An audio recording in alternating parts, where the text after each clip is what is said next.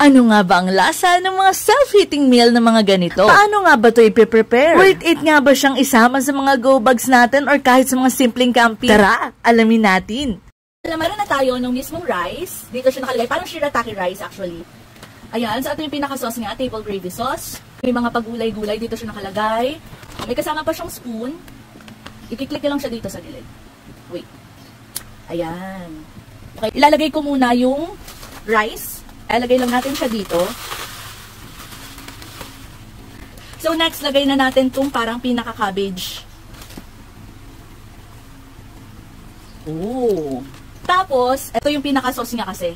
Ito, Taiwanese braised pork din yung inuksan ko na flavor. So sana okay. Ipapakita ko naman sa inyo guys, bago ko lagyan ng tubig, wag kayong mag-alala.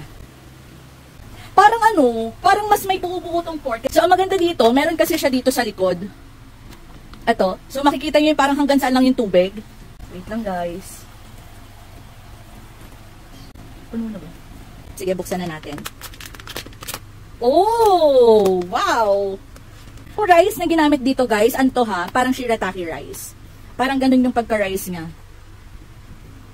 So, again, ang ating mga self-heating meal. Iba't ibang flavors to. Ayan, so pwedeng i-check nyo sa yellow basket. So this time, tikman na natin. So ang in-order or ang niluto natin ay Taiwanese braised pork. Ayan. Nakakatuwa kasi may buo-buo siya na parang pork.